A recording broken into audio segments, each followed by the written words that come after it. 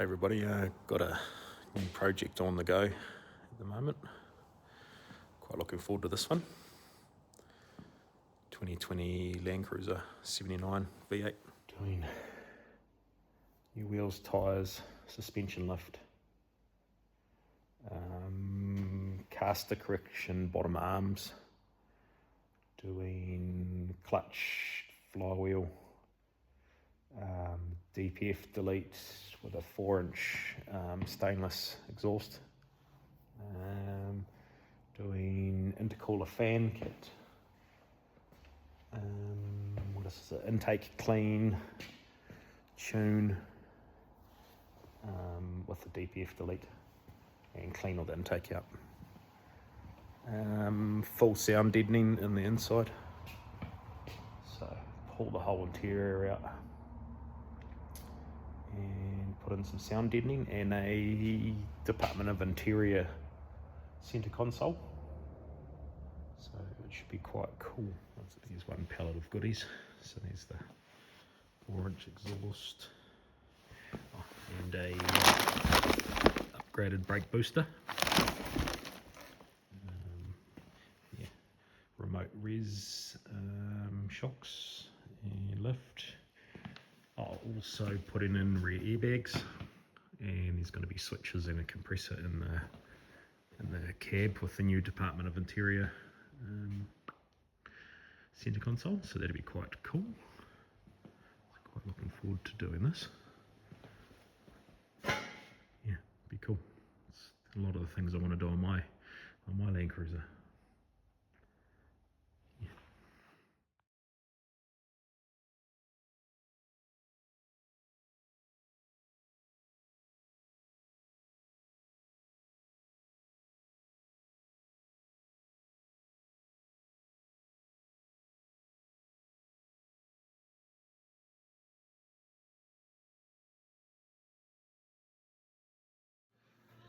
That's the tail section out of the exhaust. So now it is just the DPF, which goes all the way under and up there. And so yeah, gearbox is going to come out, shafts off. We've got billet, beautiful steel billet, bottom arms that we don't have to run the offset camber, caster bushes to set your correct caster. Right, got drive shafts off, front and rear. Haven't got the DPF out yet. Sway bar unhooked. Just going to drop the coolant, and there's a massive pile of dead insects and shit. So I'll get rid of those buggers and I'll let the coolant drain overnight. I've sprayed all the other bolts that I need to take off. The suspension arms and stuff like that, so that it can sit there with a bit of PB blast from it overnight, and hook into it tomorrow.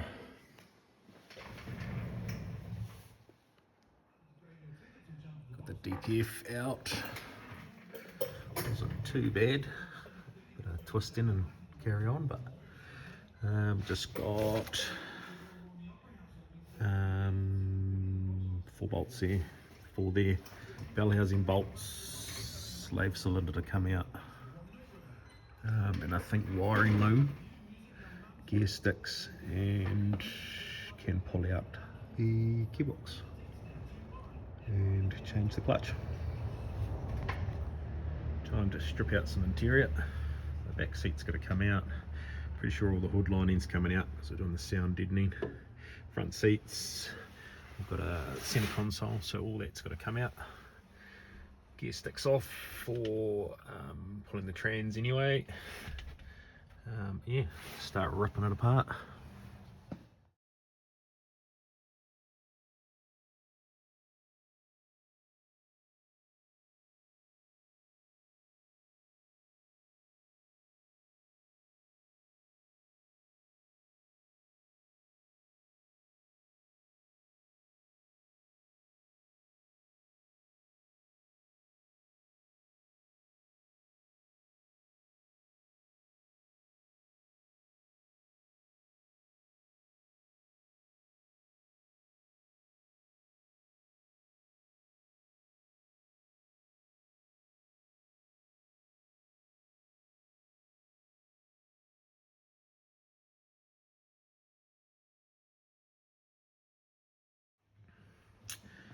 That's the seats out, part of the carpet. Just got to rip those seatbelt stalks, handbrake, boot, ABS modules out, and it's just the gear sticks. Yeah, the rest of the carpet. There's actually not much holding everything together on these, which is quite nice. It all comes apart quite easy. Okay, all the interior's out. It's good having a tray to put everything on. I think I just got to get that 4-drive transfer lever from underneath, and then everything else is done for the gearbox up here. So I'll lift it up and start pulling some stuff underneath. Right, got the 4-drive stick out of the way. All the wiring loom is out. Just got to do ring of bolts around the bell housing, both sides. At the top, try and get a long extension up there or something, and then hopefully probably have to block the back of the engine because it'll want to tip down, and then hopefully it comes out. Okay, transmission is out. Wasn't too bad. Just got the high lift jack there holding the bottom of the engine.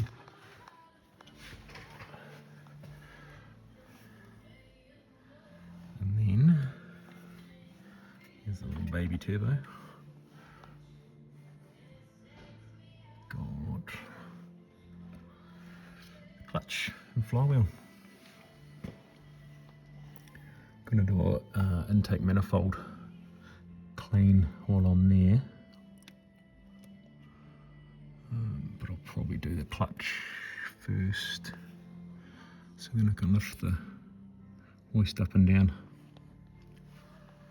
But it's all nice and clean.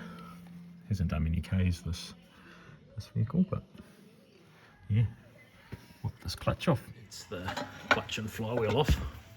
Still look like they're in great condition, but they slip as soon as there's any power kind of tweaked up on these Landcruisers. They just start frying them. But there was a shitload of rust on the back of this flywheel. I don't know why, but yeah, it's pretty nasty. Just got to get in here and clean everything up. I think I got a new spigot bearing in the kit. I'll have a look. They usually do come with it. Give it all a bit of a nice wire wheel around the aluminium area. There's all that rust. It must be like pouring in from, I don't even know. I don't know if that started somewhere like in the valley, which is weird. It must drain down in the valley underneath. I don't know, but it's rusty as shit. Back to it on the next day. Got the new release bearing all greased up, all the ball and everything cleaned up, bell housing cleaned up. Just about to lift the new flywheel in. It's a nice MPC billet flywheel. It's gonna be cool. Lift that heavy bugger up there, torque it down, chuck the clutch in, and then gearbox back in. Flywheel is in.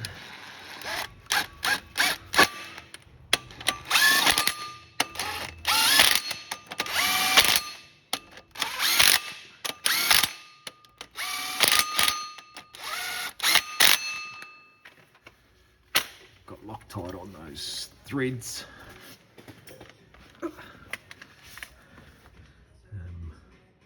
So I just bent up a old valve.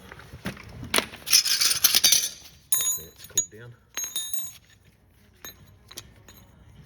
It's pretty warm, but hopefully that'll go in there. It goes up against the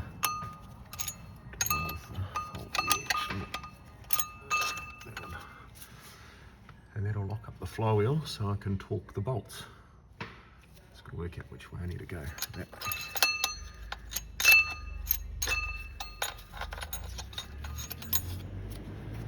Should probably do it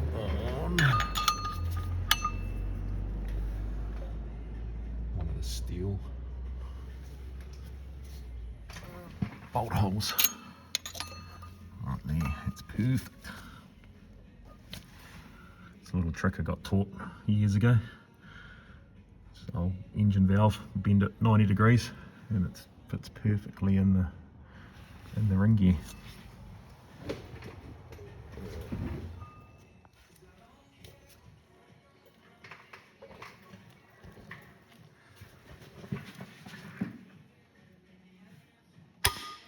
Oh, it's tight, 182 Newton meters.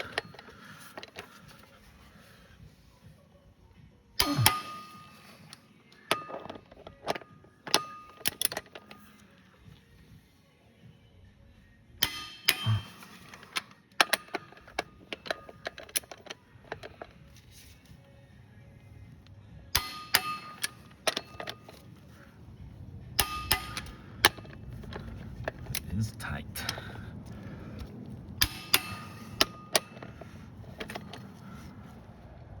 It's all torqued. Say I've given it a wipe with thinners, like they say in the manual for the clutch and flywheel install, but cleaned it with thinners. Just gonna hit it with some brake clean, give it a final clean down, because it comes with a whole lot of like shipping protective oily film on it, so if you don't wipe that off, the clutch will slip and you have to do this job all again. I don't want to do that. So it's all nice and oil free. I've got to do the same thing with that new pressure plate. That's all covered in that same oily assembly film, so give that a nice good clean up and throw it together. All done, all torqued. Taking out my lock-up tool. It makes it a bit hard to get the gearbox on if it's still in there. So that's all lined up. Most clutches these days come with a neat bloody aligning tool. I never used to do that a few years ago. So that's nice that most of them supply that. Makes it a lot easier. Just got to have a square up. Got stuff all over the floor. And yeah, time to put the transmission on. It's the gearbox, and just pushed it in. It makes life so much easier having the proper gear. Just started 2 bolts, but I just pushed straight in pretty much, so that's a bonus. Throw a ring of bolts around the bell housing all the way around, tighten that up. I've got to lay the motor and the gearbox back, the engine back, and then put some wiring loom on the top before it goes up with the cross member that goes across here to that side. I just cleaned it up and painted the bit of like a rusty surface just around there and on the cross member, because it just holds dirt right there. All the bolts have been cleaned up on the wire wheel. Bit of anti-seize on them, and yeah, back together. Just gonna start looking at this exhaust. So this is that beautiful handmade 4-inch exhaust. They've put a pyro port in the top here, but this is the Toyota pyro, but it's got a tapered end on it, so it needs to come up against something, and this one goes straight through, so the sensor just pushes in and does nothing. So we've got this brass like a female male plug, and because there's a taper down there on that seal where it sits against something, I've drilled like a taper, just the taper of the drill bit down on the inside, so it sits down on something and tightens down. But with that spacer on it, it becomes too far out for the probe to sit. So I've just run a die down the thread of this, and then a tap down the thread of the pipe, and then it should sit in further.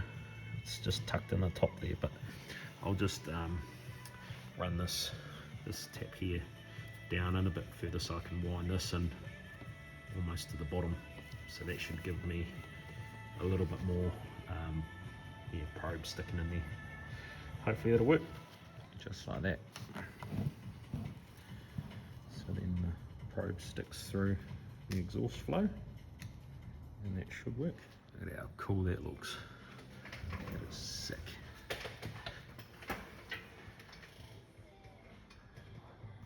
Just bolts on the back of the turbo there. There's the pyro at the top that plugs in.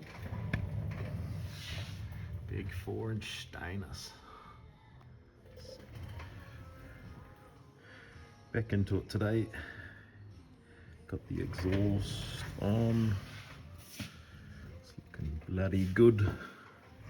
Nice New Zealand made stainless muffler. I've only put it on that far. Just because I've got to notch that hole bigger for the mudguard there, and also to get the shackle, rear shackle links out and put the lift in. So I'll put that all on at the end, but it's looking bloody good. It's so cool. Big 4-inch stainless exhaust. Yeah, I had to go put a track back on a digger yesterday. About an hour and 5 minutes drive from here. So that, yeah, spent most of my afternoon doing that. So that was alright, got out of the workshop for a bit. So now I'm going to clean up some of my mess, drop it down and pull the intake out, do a decarb while the shorter suspension's still lit, so I can get the vehicle down as low as I can to the ground, so I don't have to climb over so much over the front. So I think that's the next step. Just ordered the track correction rear hubs last night and the wheels. Still got to make a decision on the tyres, but it's yeah, it's coming along. So yeah, I'll get into it and I'll pick you back up when I've cleaned everything up and in the engine bay. Forgot to film, but just got the intercooler off and the air intake, and then so the intercooler just goes up on top of there. So we've got to get down in under here and into the intake. So all that has got to come off. It's going to be fun. Oh, finally getting somewhere. Gotta love emissions. That's just great. Ooh. Ooh. So that'll get a good clean out and we'll make that vanish. The bottom intake manifold off.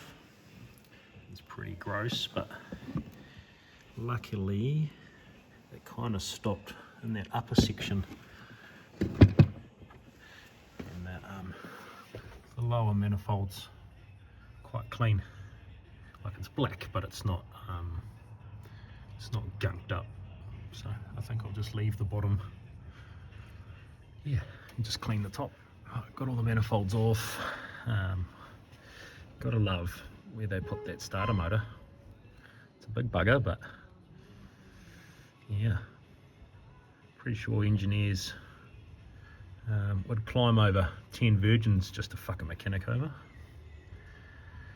Yeah, hopefully that lasts quite a while, that starter. Right, back on Monday morning. Had these soaking over the weekend in a bit of degreaser and oven cleaner. Clean them up. So I've just had the lower intake manifold part off. So there's a new gasket underneath, so that whole section there comes off. And same with this one. So that's all decarbed, cleaned up, new gaskets. The EGR blanks are in over there and there. and then there's a water pipe bung there, and then another pipe they supply in the kit that links up some of these heater hoses. So it's a lot less busy in the middle there, which would be good. So now the reassembly. It's a lot cleaner than before. Still hard to get right down and in there, but that'd be fine. It's just kind of black stained, it's not actually built up in there. And it should hopefully never build up again. Okay, got everything pretty well buttoned up. So all new injector lines, these ones. And then a crossover line is new. Then there's another main feed from the fuel pump to the rail. All new gaskets. That's where the EGR used to go into, so that's bunged off. Then there's like a link hose there and there. That used to go to the EGR. So did that plug there. So I'm guessing that's just going to get taped up because that went to the EGR valve. I've left the intercooler off for now because I'm going to do the upgraded brake booster, so give me a little bit more room being able to move those coolant hoses out of the way, heater hoses.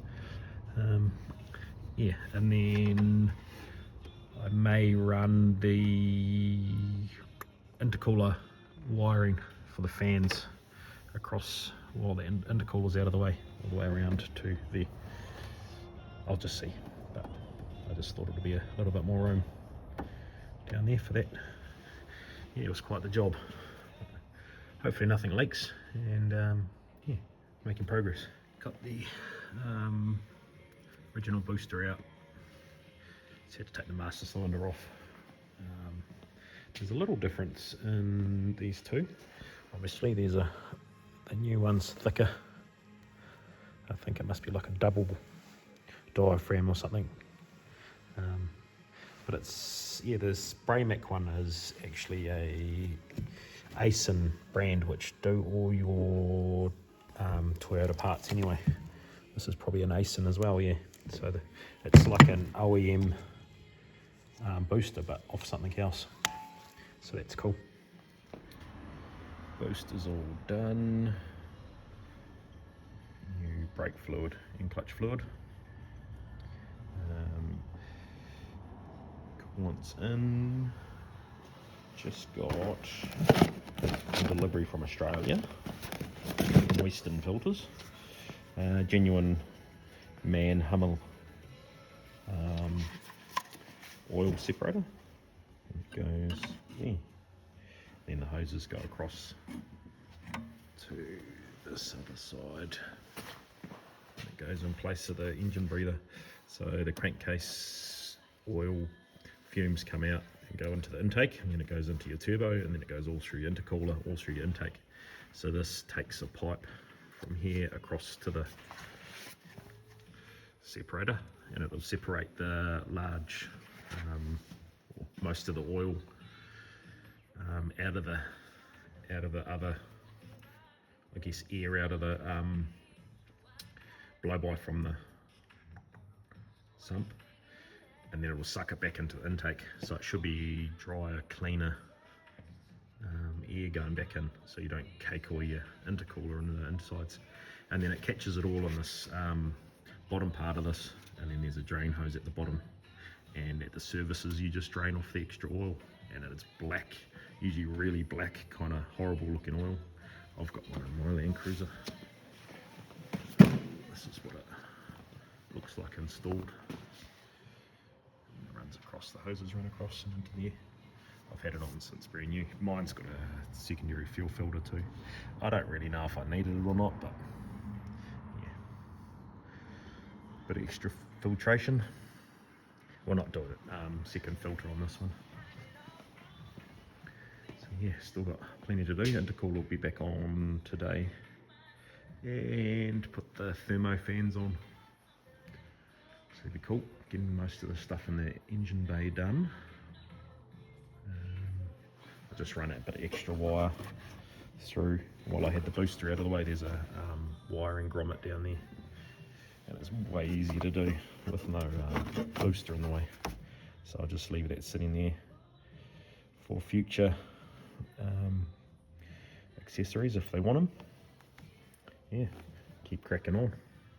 These are the intercooler fans which go on top of the top mount intercooler. Look at that beautiful CNC'd aluminium, and then there's a nice CNC'd like water cutout foam gasket that goes underneath, which is great. Yeah, looks awesome. So I'll fit that up now, a bit more progress. Got the intercooler on with the fans. That's the controller, so it's got lights that come up there so you can set when the fans turn on. There's a little temp probe just there going into the intercooler. So now I just got to run some wiring across the battery and ignition feed. I've had to kind of modify it a little bit because this catchcan bracket sat right up close to it. It was hitting on that relay box there, so I've had to angle it back slightly. It's still got clearance with that brake pipe, but it's sitting back further. It used to sit quite a lot higher, so there should be just enough clearance there to make everything work. It's looking bloody good.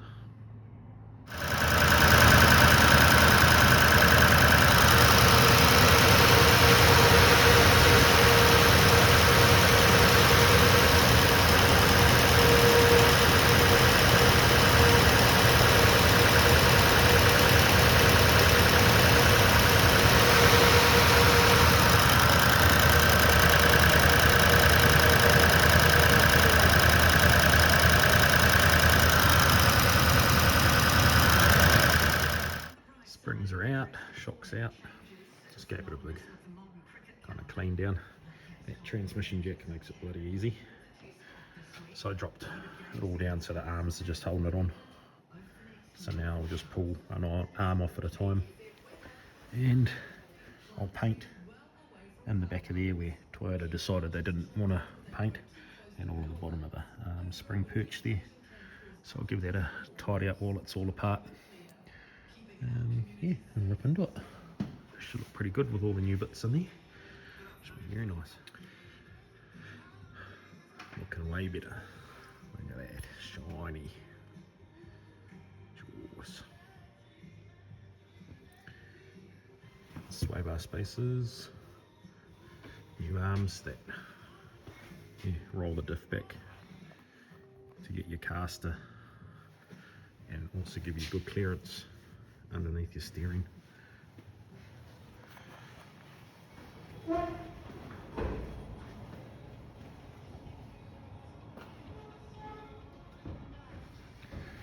Ended up giving the diff a bit of a paint up and clean up where the Toyota didn't paint.